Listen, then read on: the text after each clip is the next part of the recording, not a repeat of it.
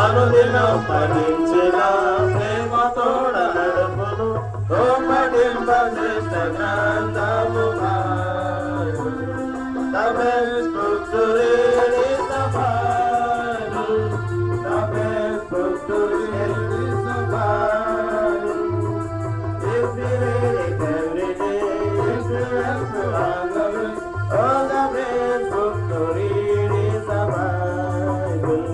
दुनिया में सबसे प्यारे पुस्तक दुनिया में सबसे प्यारे पुस्तक पढ़ेंगे उसको नोट करो सामने गले को रहो वो दुनिया में सबसे प्यारे पुस्तक మా ప్రియమైనటువంటి ఈ ప్రాంత వాస్తవులకు ఈ యొక్క మధ్యాహ్న కాల సమయంలో ప్రభువును రక్షకుడైనటువంటి యేసుక్రీస్తు వారి ఘనమైన శ్రేష్టమైన నామములో క్రిస్మస్ శుభాకాంక్షలు తెలియజేస్తా ఉన్నాం.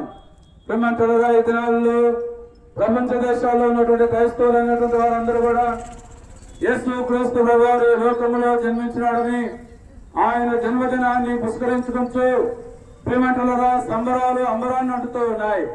అందుకని ఈ యొక్క సందర్భంలో ఈ ప్రభువైన యేసుక్రీస్తు వారు ఎందుకు ఈ లోకములో జన్మించినాడు అనేటువంటి సంగతులను మీకు తెలియజేసేదాని కొరకై మేము మీ ఎదుకు వచ్చినటువంటి వారంగా ఉన్నాం.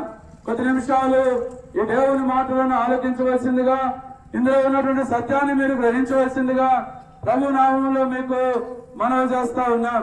లూకా సువార్త 2వ అధ్యాయము 10-11 వచనాలు మనం చదవగలిగినట్లయితే యేసుక్రీస్తు ప్రభువారు ఈ లోకములో జన్మించినప్పుడు ఆయన గురించి చెప్పబడినటువంటి మాట, ఇదిగో లోకులందరికీ కలగబోవు మహా సంతోషకరమైన సువర్తమానము నేడు మీకు తెలియజేస్తున్నాను.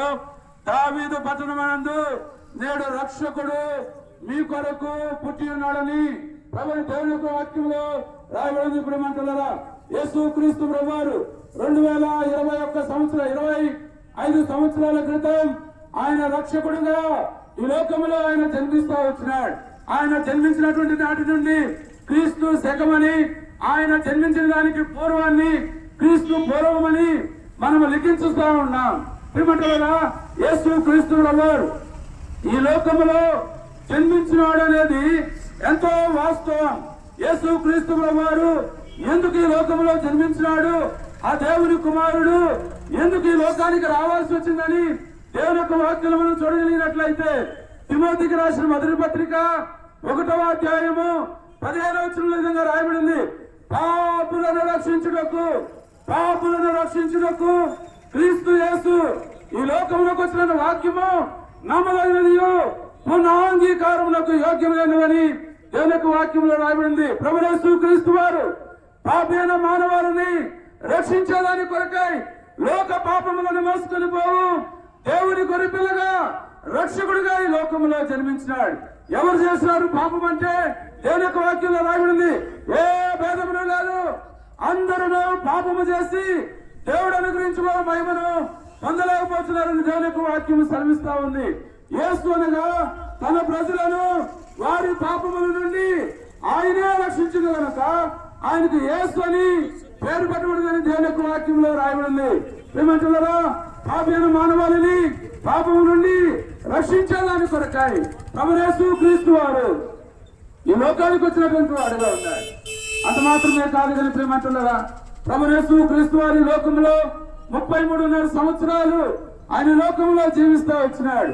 కట్టగడపకు నేను ఆ పాపము నుండి రక్షించేదాని కొరకై ఆ ప్రభువైన యేసుక్రీస్తు వారు ఆ కలువరి శిలువలో తన ప్రాణాధారమైనటువంటి రక్తమును చిందించి చనిపోయి సమాధి చేయబడి 3వ దినాన ఆయన తిరిగి లేచినటువంటి వాడుగా ఉన్నాడు.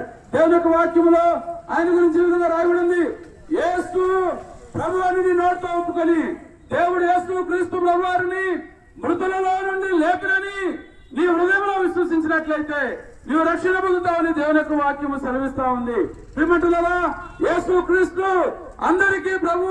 యేసుక్రీస్తు ప్రభువారు మరణమును గెలిచి తిరిగి లేచినటువంటి వాడుగా ఉన్నాడు. ఎవరైతే ఈ సత్యాన్ని నమ్ముతారో, ఎవరైతే ఈ సత్యాన్ని విశ్వసిస్తారో వారు రక్షణ పొందుతారని దేవుని యొక్క వాక్యం సెలవిస్తా ఉంది.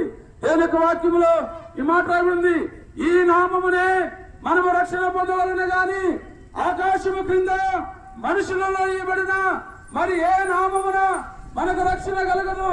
యేసు నామములోనే పాపి అయిన మానవాళికి రక్షణ అని పరిశుద్ధ గ్రంథం బైబిల్ సెలవిస్తా ఉంది. దేవుని యొక్క వాక్యంలో ఇలా రాబడింది, ఎందరూ యేసు నామములో ప్రార్థన చేయుదురో వారందరూ కూడా రక్షించబడతారని దేవుని యొక్క వాక్యం సెలవిస్తా ఉంది. రక్షకుడు నీ కొరకై లోకంలో జన్మించినాడు, నీ రక్షణ కొరకై ఆ కల్వరి శిలువలో ప్రాణాధారమైన రక్తాన్ని చిందించినాడు, చనిపోయినాడు, సమాధి చేయబడినాడు, మూడో దినాలు తిరిగి లేచినాడు. ఈ ప్రభువైన యేసు క్రీస్తునందు నీ విశ్వాసం ఉంచినట్లయితే నీవు నీ ఇంటి వారు రక్షణ పొందుతారని దేవుని యొక్క వాక్యం సెలవిస్తా ఉంది. ఆ ప్రభువైన యేసు క్రీస్తు వారు ఆ రక్షణ కార్యాన్ని సంపూర్ణం చేస్తా వచ్చినాడు.